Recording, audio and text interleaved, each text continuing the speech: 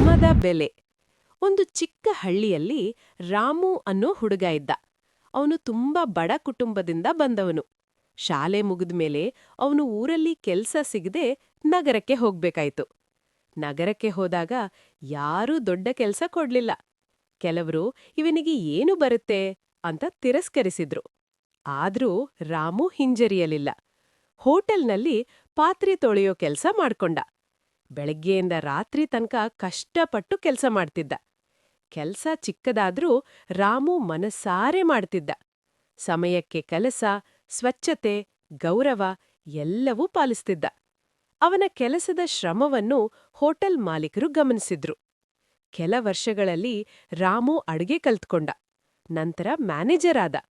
ಕೊನೆಗೆ ಅದೇ ಹೋಟೆಲ್ನಲ್ಲಿ ಪಾಲುದಾರನಾಗಿ ಬೆಳೆದ. ಒಂದು ದಿನ ಊರಿಗೆ ಹಿಂತಿರುಗಿದ ರಾಮು ಹೇಳಿದನು, ಕೆಲಸ ಚಿಕ್ಕದಾಗಿರಬಹುದು, ಆದ್ರೆ ಶ್ರಮ ದೊಡ್ಡದಾಗಿರ್ಬೇಕು.